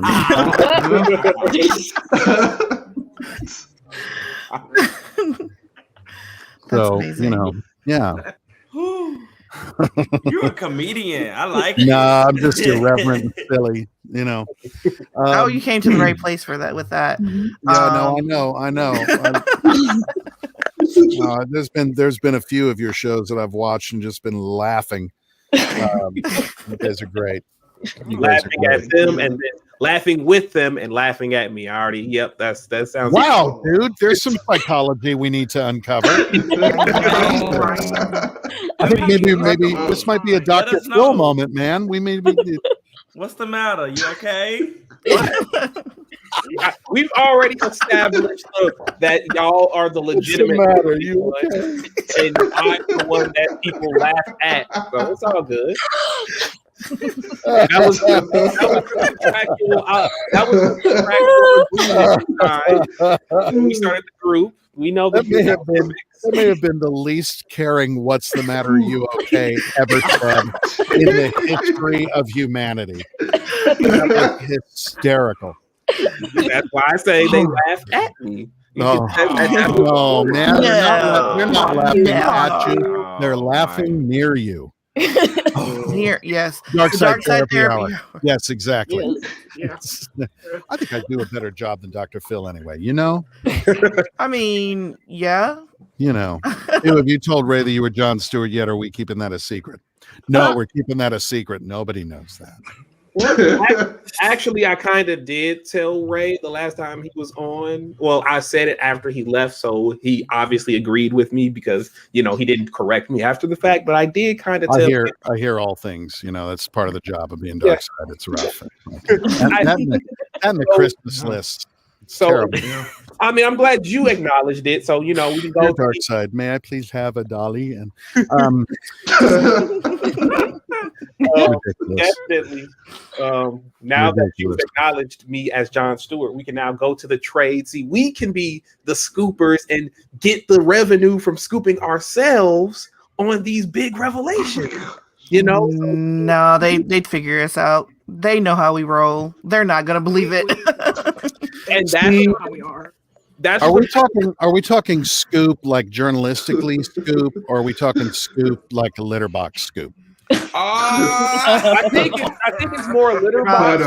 Okay, I'm just curious. I'm thinking more a litter box. Right. Okay. And kind of shaking it, looking for the nugget inside. Yeah. Yeah. Okay. Like that's all right. Just like that. Horrible. Horrible. You guys, I've loved this. This has been so much fun. Yeah, this is great. Jeez, great. Y'all ever figure out an excuse for me to come back? Let me know, because I'd love to come back. And we will. Yes. I guess you guys are really needs fun. to come back for a game night if that's okay with him. Hell yes, I'm down. What's the game? We do a quiz. What do you play? Oh, what do you like? I do like a quiz game. I'm a big one on trivia. So yes, let's do that. Cool. All right. You know. Ray, your mom had just called me. She said she would love for you to constantly be on MulDiversity and be our official 7th member. Like, oh my God. Wow, that's really my mom, huh? Yes. Like, and then wait, hold on. Because you know, you went Ray, your mom, and my arm started rising. I'm like, oh, we're gonna do this. You've been on the playground before, yes. Ray played those games before, yes. I'm very much still on my allergy medicine that has been beating me up, so I apologize. If that was a dark side. Do not come for me unless I sent for you. I told you tried my best. I'm trying my best, y'all. That's funny. We need Real Housewives. Oh, this is really funny. I'm getting a text right now. It's actually from my mom. She's like, Tell him to keep my name out of his mouth. I don't know what that's. Well, everybody, tonight was an awesome episode. Everybody, we will see you guys in 2 years. See you later. Oh my God, 2 years. 2 years. Okay. All right. I sadly, really regretfully, I have to go, but I look forward to the next time. You guys are great, and you've got a good show, and I like what you're doing here. Thank you. I really do like what you all do. Thank So you. thank you, Definitely. and hopefully we will. We'll just have to do this again. Yes. We will. Yes. We will. Yes. With games. Be well, everyone. Don't And be man, I sure, really sir. seriously, I hope you feel better. Get local honey. Get local honey for Thank those allergies. All right. I certainly Do will. that. Thank you. Thank Okay. you so much. All right. All right. We'll see you guys. Bye. Bye. Bye. Thank you. Okay. Woo! Everybody, give us a round of applause. Mr. Ray Fisher, Mr. Ray Porter. You got he got roasted them by both. Darkseid. You got got roasted by roasted. Darkseid. Like, how does Yes. that feel? How does that feel? Like, tell us. How does What? How it does that feel? feel? It How does it feels feel? To be like roasted by Darkseid. it feels great, and I want to y'all. Can somebody put the camera on me real fast? Oh, now Jack. you want the camera on you? Oh, you want to thank the Academy? No. I would like to thank the thank- Academy. I would like Here to we thank go. I would like to thank Claritin for messing me up so bad that I didn't realize I Oh my God. Is this who we are? Is this what we represent? want to thank before Mike rudely interrupts me again. Play I would him like- off. Play him off. Don't worry about it. Peace out, everybody. Woo! You That I was- mean, leaving now? we still gotta Yeah. we gotta I think we got Do like a- 30 minutes We left. got Joseph. thing. Right, we Thing. we I a whole told y'all hour. I We am- a whole hour and 30 minutes. Dude, I early. mean, I seriously, told are you y'all okay? Like, I mean, If y'all would let me tell y'all that this Claritin has severely messed me up, y'all would know I'm not Child, okay. that I clarity am. need to clear you up real quick. This Claritin, Real I've been off of this bogus ass Claritin for 5 days now, and I'm not getting any better anytime soon. are you hope taking water. something else? I actually just said I'm taking nothing else because I don't trust it, because I took Advil the night at that night to stop sneezing and feeling like I got ran over by a truck, and it did nothing. It actually Thank made you, it worse. Gillis. Thank you. Thank you. Thank you, Ron. Gillis. Thank you, Thank you, Mr. Aaron Johnson. Dad. Thank you. Thank you, Mr. Johnson. Thank you, Dad. And Aw. so to answer everyone's question, no, I'm barely holding it together, but I was not going to miss Ray Porter. You should drink a lot of water and flush it out. Right. I have. I mean, And then I get the mean, local no, honey. I mean to the point that it. We'll talk off. why Look is you holding at this her. mic like this? Look, Aaron, we all. We'll talk. Let me just say, shout outs to the Texarkana hospitals for educating Aaron on how to properly take care of himself and others because of the amount of time. You mean white collar prison? Yes, on this episode of What Happens When You Have the Good Insurance. I mean, he got the good. You can always tell you got the good insurance because they won't let you leave. Right. If you don't have insurance, they'll make you go. Yeah. Yeah. They'll We make gonna you out keep as this soon as right You don't on- got we gonna insurance, keep they'll you give you a right band-aid on and send you on your way. It's the fact that Wonderful Aaron was thing. like, he wasn't upset, but he was so annoyed. So very, very upset. Like, so annoyed. Like, get me out of here. What was it you said that this is that they've spent all this time telling me how healthy I am or something like that? I'm Yes. like, Spent 19 hours of them saying, wow, you're doing really good. Your kidneys are so good. Your body's really healthy. Thank you. Everything's Thank you. functional. I know that. I just had bronchitis. Just help me flush it out. Well, it's been flushed out, so can I go home? No. no. No. Right. I would have turned up. I would have been like, some Attica! I tried, and then they gave me all of these. They gave me a steroid and a bunch of antibiotics, and I was out. What's up with this? What's up with this? Yeah, I sure did. yeah. I sure did. And I will again. This was your fault. It was your fault. I had to listen to you. I shouldn't have listened to you. I should have stayed home, minded my business, take a Claritin, take an Advil, do something. Nah, No Claritin. No, none of that. I cannot, within good conscience, recommend Claritin for anyone here because he just gonna roll up on my show you and might say, need "Oh, antibiotics air at our this stuff point. out." Key, what are you doing? Yeah. Throw that Claritin away. Throw that Claritin away. Yeah, Q, you might need antibiotics at this point. Yeah. At this point, you probably. I don't even know. Well, I got a list of them they gave me. I'll slide. I'll slide you something. So shout outs to Joe for enlightening me and telling me you take your allergy medicine before the season because no one ever told me that. Nobody ever told me that either. Shout outs to Ray Porter for telling me, honey. Wait, you blamed your dad? I did, and I will again. I was locked up for 23 hours in a clinic, hospital, whatever it was, because of him. Since he want to come on my show and try to air it all out. So I can do that too. I can do that too. With you. I can do that too. I can do that too. I love this. I got you, Mr. Johnson. I got you, Mr. Johnson. I got Right. you. Oh, I said, sit there and let the people make sure you okay. Like, golly. My power was out yesterday, so when my power finally came back on, I'm like, Aaron's like, I'm pregnant, and I'm like, pregnant. I'm like, pregnant. I got a whole ultrasound, guys. A whole ultrasound. Two healthy baby boys. Your dad says. And I'm still gonna talk about you. You can be in the next room, and I'm still talking about you. Fight words. I guess the Mother's Day, Father's Day weekend is gonna be amazing. That's all I'm gonna say. Oh, you funny. Okay.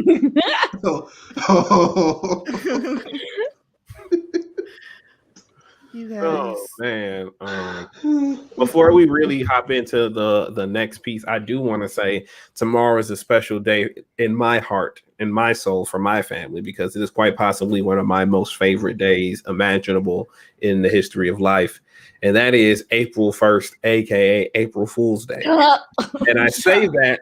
And I say that because I hate having feelings. I'm sorry, because I was like, oh no, what is going on? I don't know. I thought he was going to say something about his mom's birthday. It's ironic. It's ironic y'all bring up my mom. It's because every April 1st, me and my family, we always prank my mom on April 1st. Hang on a minute. Did we just throw hands?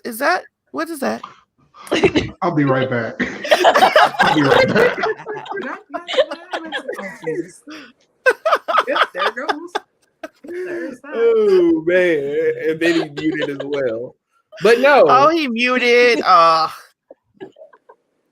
But no. Every April Fool's Day, me and my brother and my sister and our family, we always make sure we prank our mom and something that's going to be extraordinarily relevant to this channel, to this group fairly soon. SpongeBob, one of our favorite SpongeBob episodes, is the April Fool's Day, and how he would be pranking everybody and go April Fools.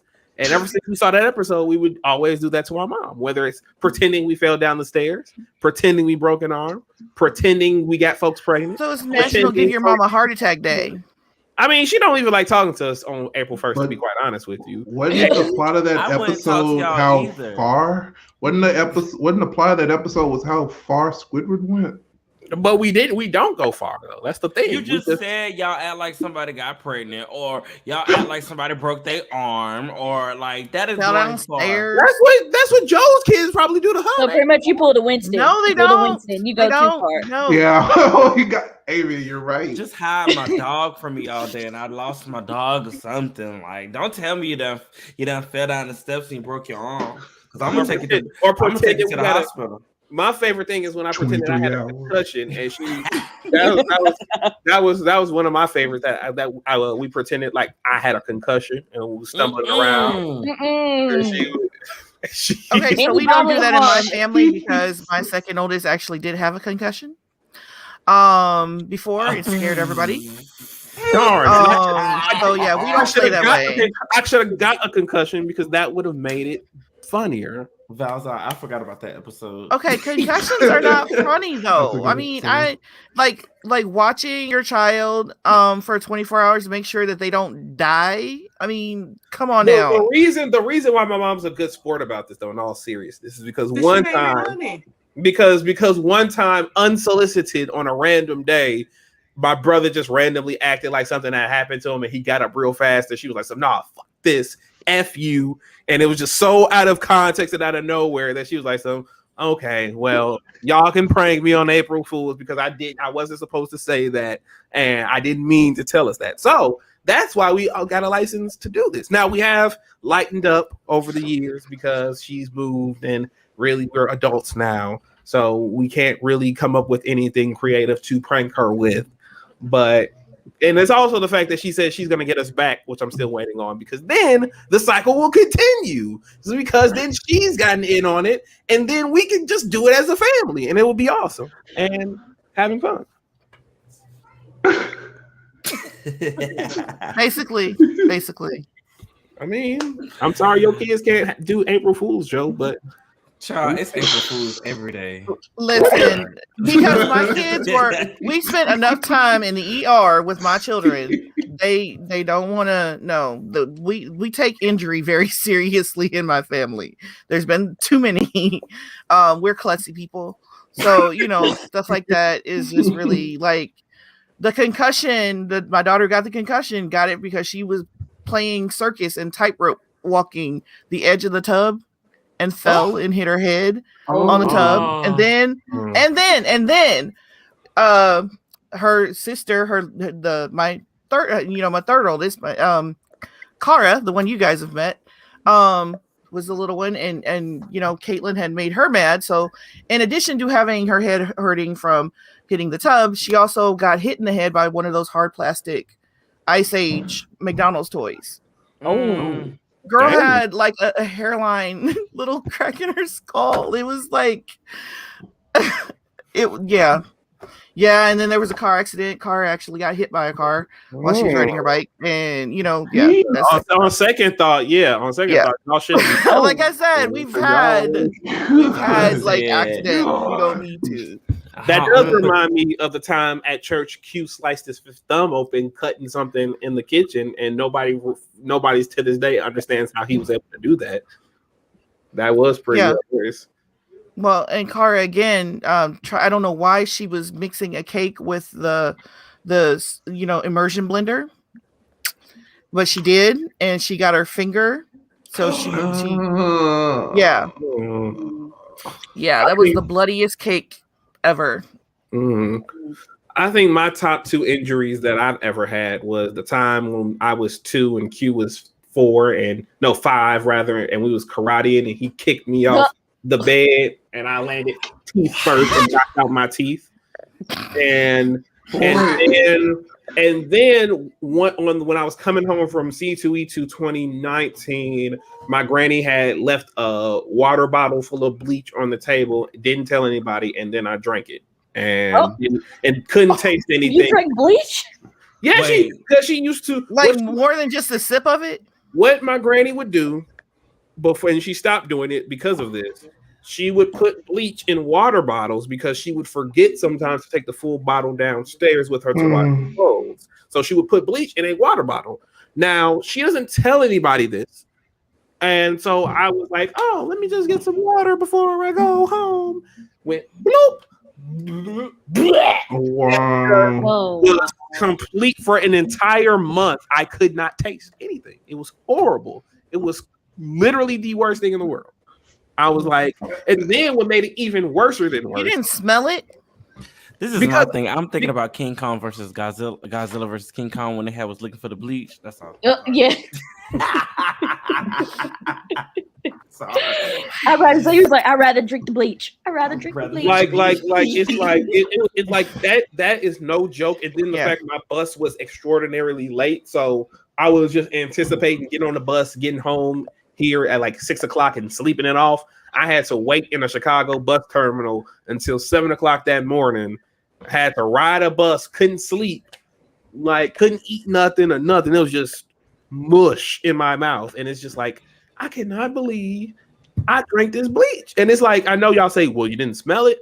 I'm not thinking like, oh, there's going to be bleach in this water bottle. I'm like, oh, this is a water bottle that they packed for me to make sure I, have water on my way home. So I'm like, oh, let me drink it.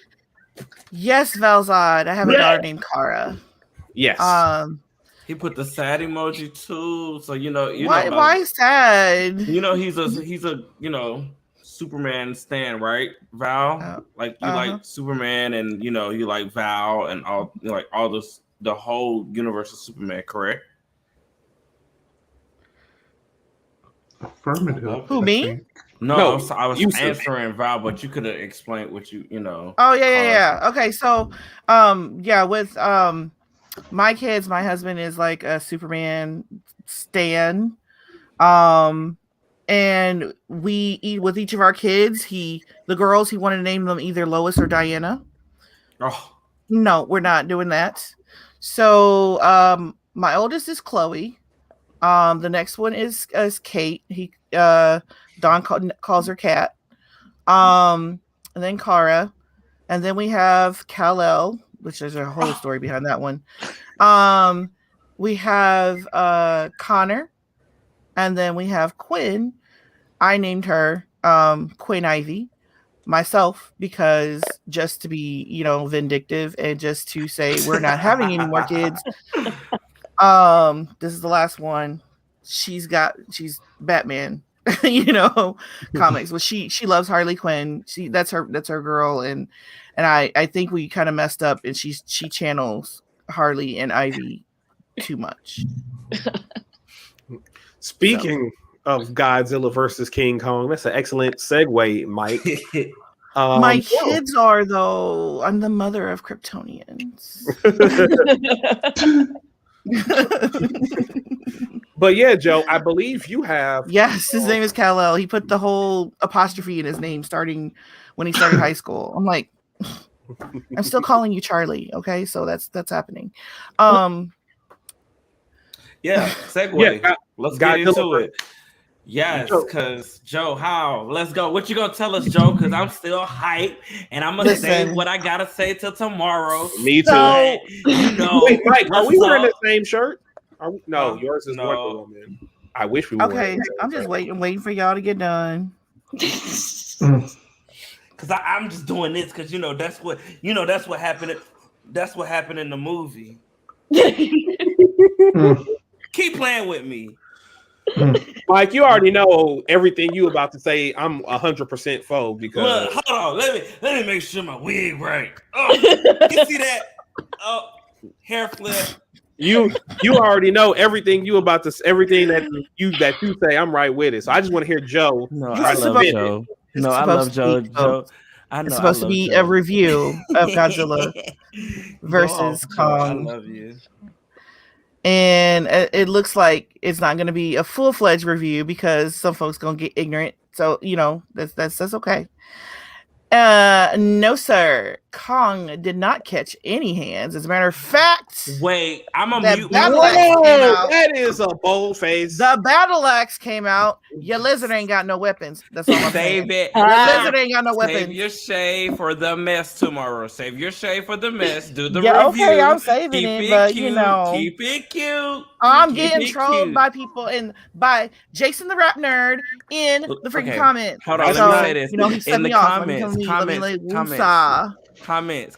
Save it for tomorrow on the mess. It will be the great debate. It will be our first great debate of the mess. We will be talking about Godzilla versus Kong. We will have some special appearance by Q, Avia, Key, the whole family. It's basically gonna be a double episode, and Aaron. It's gonna be a double episode tomorrow.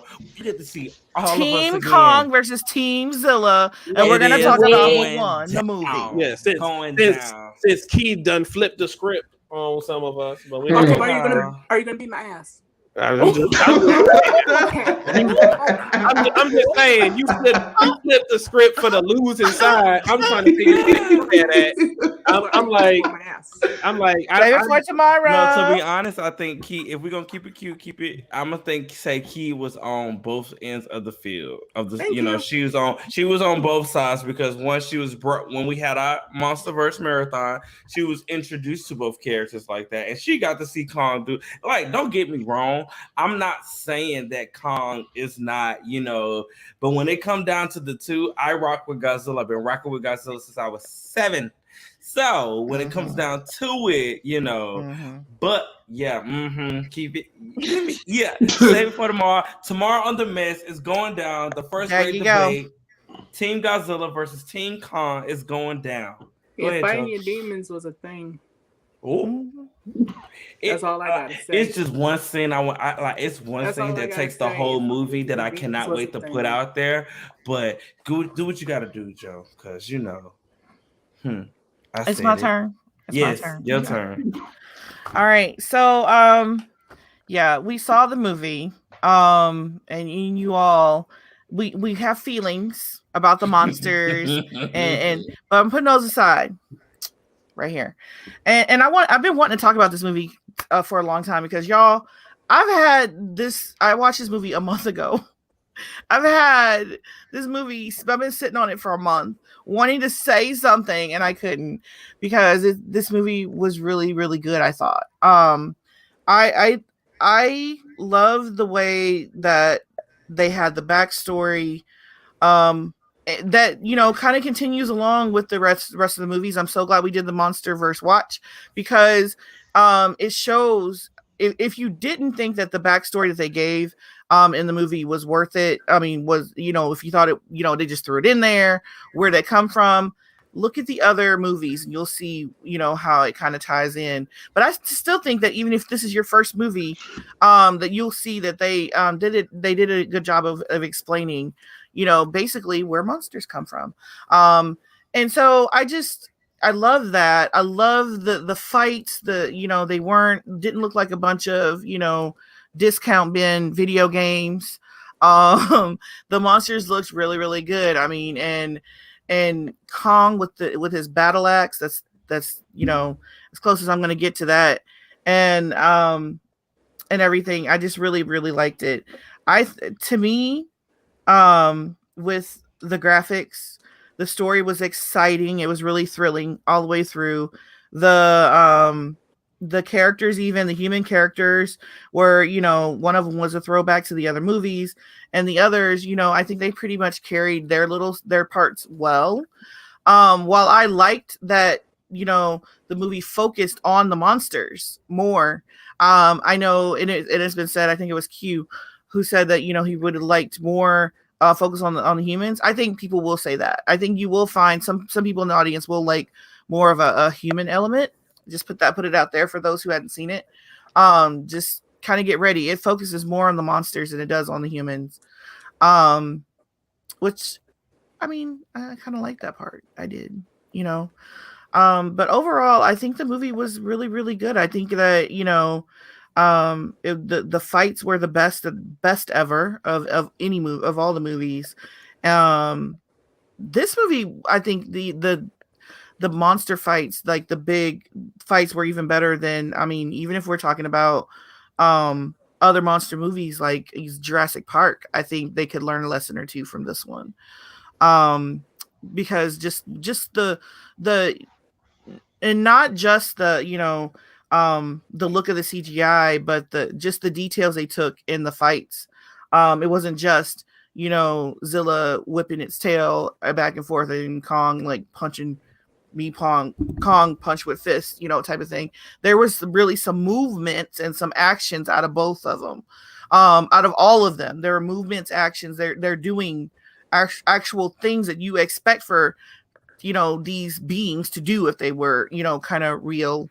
And that's what I love. So the sceneries were gorgeous. Like I said, the backstory element had me just enthralled. I really like this one. And if I had to tell audiences what to look for, basically the human, you may want some more development of the characters of their story.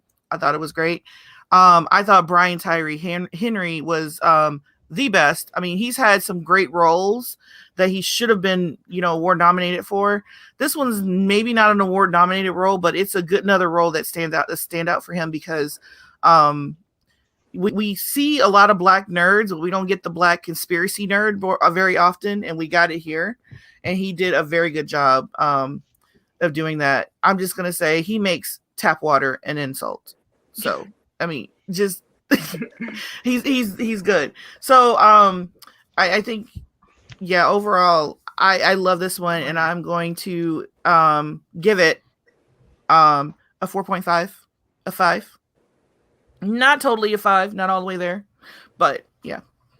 So that equates to 4.5 awesomes. So per the usual, let me hit them. That's awesome. That's awesome. Oh my God. That's awesome. That's awesome. And then Okay, a half. I was about to say, play it one more time. Play it one more time. Mike, I know you missed it, but when don't play it. Don't play it. Do not. When we review stuff, that's the metric system. That is not the metric system. That we're using. The system of metrics that we are using. Okay, Mike. So what should our review metrics be then? The 4.5 out of 5 is fine. I'm talking about that. That's awesome. Hold on. That's awesome. Why do you got a problem with what I'm doing? Awesome. Mike? That's awesome. That's awesome. Like that? That's awesome. Can we get something else, please? Play it one more time so I can say it with them. Let me unmute myself when you do it. Do it one more time. Hold on. That's awesome. Oh my God. That's awesome. That's awesome. Okay, you're gonna have to time it better than that, dude. I'm trying to get it. Nothing. I'm done. What you mean? Because you didn't know. We're talking. Wait, what this was saying? We talking about how Monkey got returned to and correctness. All right, Heracles 96. I see you. Come back tomorrow. Come back to the mess tomorrow. We're gonna save it all. Come back to the mess tomorrow. Going down tomorrow. It's gonna get juicy. Aaron, hurry up and watch this movie. It's gonna get juicy. I'm gonna watch it again tonight. I'm just making sure nobody dies. That's all. Yeah, Key is going to be the moderator, which is probably going to turn into a referee type of situation. Yeah, and so we want you guys to come back, get in the comments, back us up. Do I get Don't back up Kong? Because how you gonna back up? How you gonna back up somebody who wants to be used? Like, how you gonna back up and? What do you mean wants to be used? He didn't want to be used. Y'all, he wanted to be used. If it wasn't for Kong, your little lizard would have been dust. Sure. Thank you very much. He had to step in and help the little lizard's ass out. Let me say, hold on. Let me fighting demons, child. Fighting demons. Oh, girl, he let your ape live. Let's get that straight. He let your ape live. Like this is. Am I listening overtime for tomorrow? Like, this is because this is gonna be nasty. I don't know why. We may not be friends afterwards. No, we will be. We will be. We'll leave it on the court. Like Will Smith said in failed Academy Award bait film Concussion, Joe, tell the truth. Tell the truth. Tell the truth. The truth is, in the end, Team Kong versus Team Zilla doesn't mean anything. Actually, it does. That's a cop out. It don't listen to Joe. That's it does. I mean, no, it doesn't. In the end, it doesn't. Neutral standpoint, it really fucking doesn't. Well, but Team Kong. From my point of view, the Jedi are evil, and so that's I'm getting trolled right here. I'm getting trolled. Look at this. Look at this, Avia. Oh my God. You're trying to fight. Somebody chose violence. You're trying to fight. You want to fight right now? It's all right, Joe. We got it tomorrow. We got it tomorrow. My good ponytail. Good ponytail tomorrow, because y'all trying to I got the good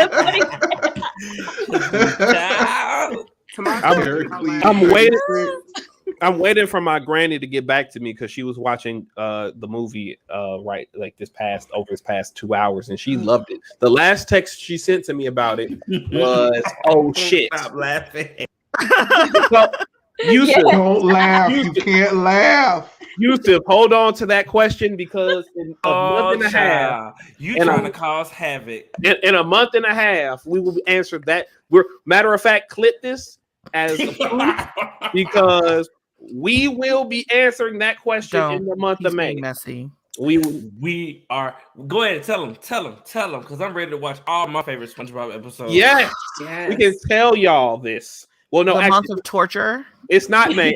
It's not May. It's actually June. But in the month of June, the month of torture. We will be watching SpongeBob. It's going to be SpongeBob. The month they try to kill me. Every stream. No, you are Mrs. Puff. You are Mrs. Puff. Every stream. SpongeBob, why? You're Mrs. Puff. Every stream, SpongeBob oriented. Every episode of our other shows, SpongeBob oriented, is going down. We might even watch along the 3 movies that's out. The OG one, the one from 2016. Oh, I'm going to be absent those days. Yeah. But we're going to have a quiz afterwards, a pop quiz afterwards. Oh, it's going to be just so much. I see stars. Like, I literally just felt like that. Somebody come help me. Mike, you been drinking your water today? Yeah, I drank 3 bottles of water today. What are you talking about? It needs to be 7 bottles of water. Leave me alone. I can drink as much water as I want. That's what I want you to do. That's what I'm telling older you. Than you.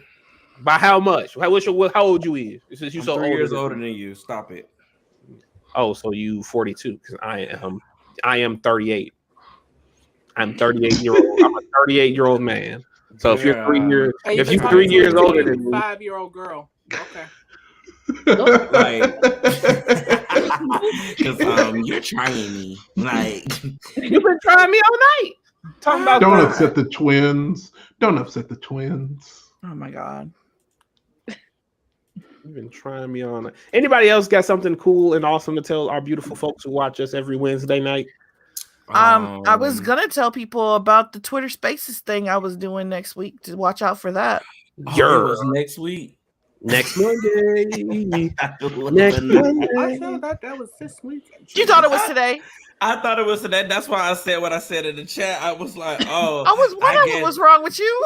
I was hot because I took a nap and I woke up and I said, okay, where's the space? Like, I was like, so nobody not going to answer me? Nobody's going to answer me. I guess because I'm on Eastern Standard Time. You know, we don't matter. We don't matter over here on Eastern Standard Time. So, you know.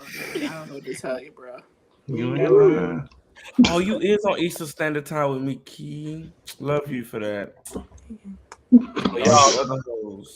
I'm on the Western Standard Time. Look, I'm about to say, look, I see what you did there. I love Weast. I see what you did. I understood that reference. Right. I thought you said Weast. You're fired again. Wow. Okay. I wumble, you wumble. So anyway, your homework in the chat. So watch SpongeBob forever and watch enjoy Godzilla versus Kong. Take notes. Come back with your best insults. Help us out. SpongeBob. Also, and that's true. Also, that's true. If tomorrow is our last, why do I need to watch that? I'm sorry, Key. I'm gonna wait till Q's done to talk. I'm not saying anything. Oh boy. I'll wait. I'm not saying anything. I'm literally gonna wait. Y'all see how black men do black women on a constant? I'm not saying anything.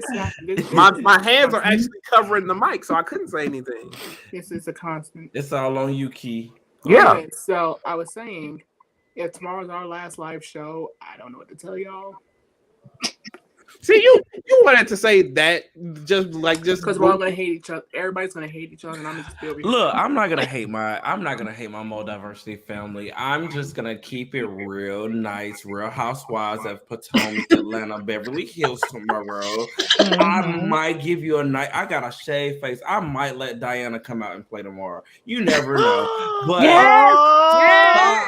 playing in my face when it comes bring to her out, Godzilla. Mike. Bring her out. No, I want to. I really do want to bring out Diana because I haven't done no type of drag shows, no pageants, no nothing because of the pandemic. But you need to, please. Thank you. I've been ordering some things and I got some new cosplay on the way, so I'm super excited. But no, Miss Diana wants to make an appearance one day. She might one day, so you never know. Maybe a reunion of some sort where we talk about everything we conquered in season 1 or phase 1 of MulDiversity. You never know what might happen. So, yeah, one day. And also R.I.P. to Mario, Super Mario. He died tonight. So he's a dead video game character. Nintendo killed him off. What you mean Nintendo killed him off? No more. You can't buy no more Mario games on any of them. Bowser won. No, all of them folks dead. No more Mario. Period. Wait, you telling me that I can't go buy Smash right now? You can buy Smash, but that's it. You can't buy Mario. Not anything new made. And they might. And Streets is saying they're gonna delete Mario from Smash, so it's over with. So I can't. Why? What happened? What's the tea? You're not explaining nothing. The tea is March was the last anniversary month for Mario, and they finna get his ass up out of here. So, what do you Mike? mean? What's tomorrow? Mike, what's tomorrow? Dang nabbit. I'm like, I don't understand. Like, I'm like over here like April Fool's Mike. No, I'm. You know what? So I'm gonna go ahead and disable me from the chat tomorrow. I don't care. Actually, that was my only one because y'all fell for it. I didn't. I thought y'all was gonna see through it immediately, and when y'all didn't, no, because I was serious. I feel like you are our gamer of the group. You know. Okay, can I show y'all something? What's up? What you showing us?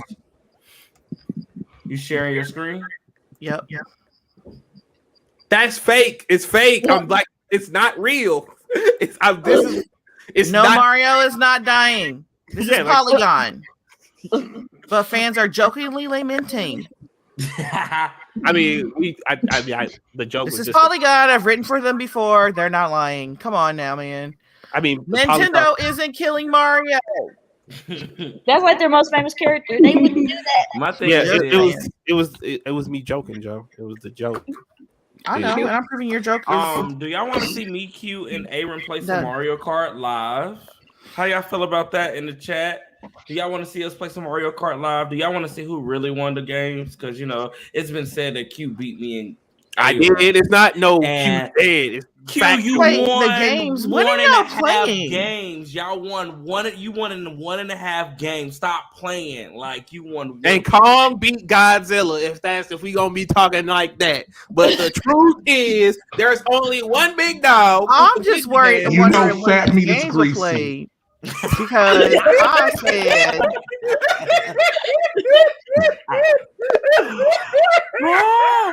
What you said, baby? Why are we going there tonight? We still got 5 minutes. We didn't hit our 2-hour mark yet. We need to get the 2-hour mark. This is not good. It's 2 minutes. We got 2 minutes, Mike. What number you see? We got 2. Oh, God. Cheers. Anyways.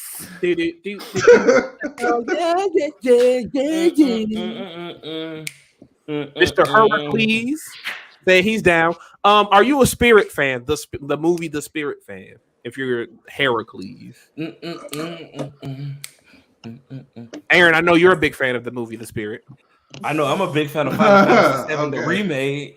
Final Fantasy has been giving me life. Did you beat Airbuster? Let's not talk about that right now. Mike, did you do the side mission where you're supposed to disable the Airbuster to make it weaker to beat? Yeah, what do you? I mean, come on, bro. Stop acting like I just told you yesterday. Like I did all of that.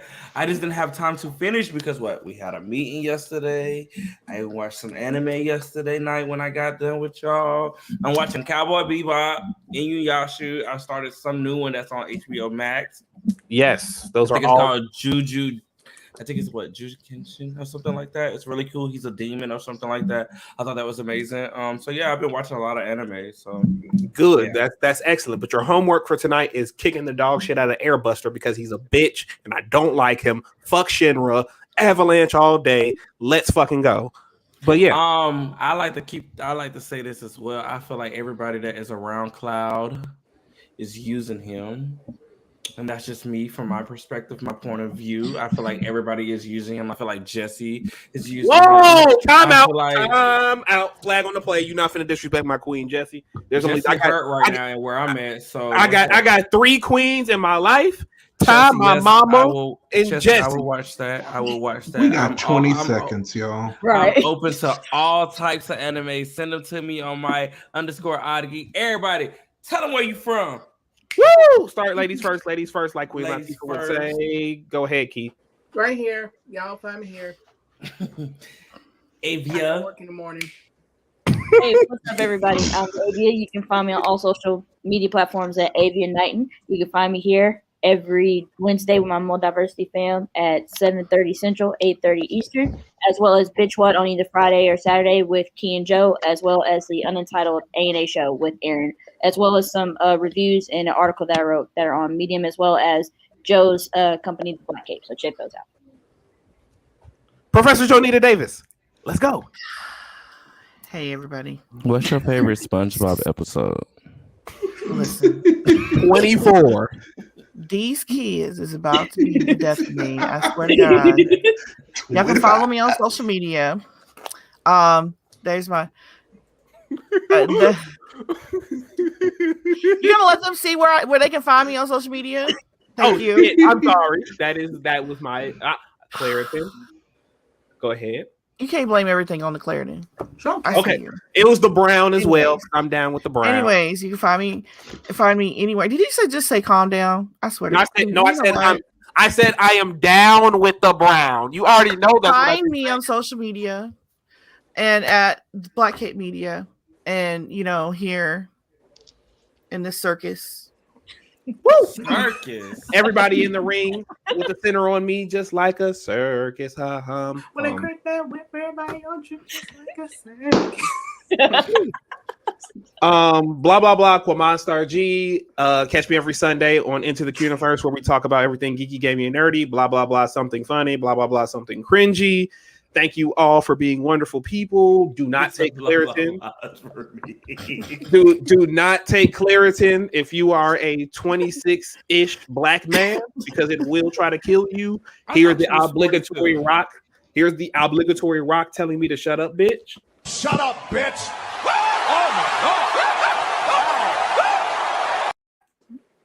Wait. Stop Asian hate. Be careful tomorrow because folks will try to scam you for real in these streets. Here's to another STEMI, and yes, I love you. Everything. Oh my God. Okay. I'm Nipted Eye Geek. You next. I had already said what I was saying. King Steppenwolf _oddgeek. Love you guys. Thank you all for coming out tonight. Thank you for supporting us. Chelsea, I will watch that show. I love Tafa as well. I just don't like who's Tifa? Who's Tifa? Tafa, Tifa. I don't like how they be doing Cloud. I'm sorry. I see all through all of them. Finish playing that game, Mike. Please finish the game. You can find me everywhere on all social media platforms at Aaron Michael _J. I'll pop up on other streams. You just have to watch them, get those views up. And I'm Aaron Michael, and you're not. So, let's go. Okay. And per the usual, we have been MulDiversity, and all I will say to end things off is that don't call a black woman petty, especially when she's a professional. And okay. Ain't got more credentials than you do. I'm saying.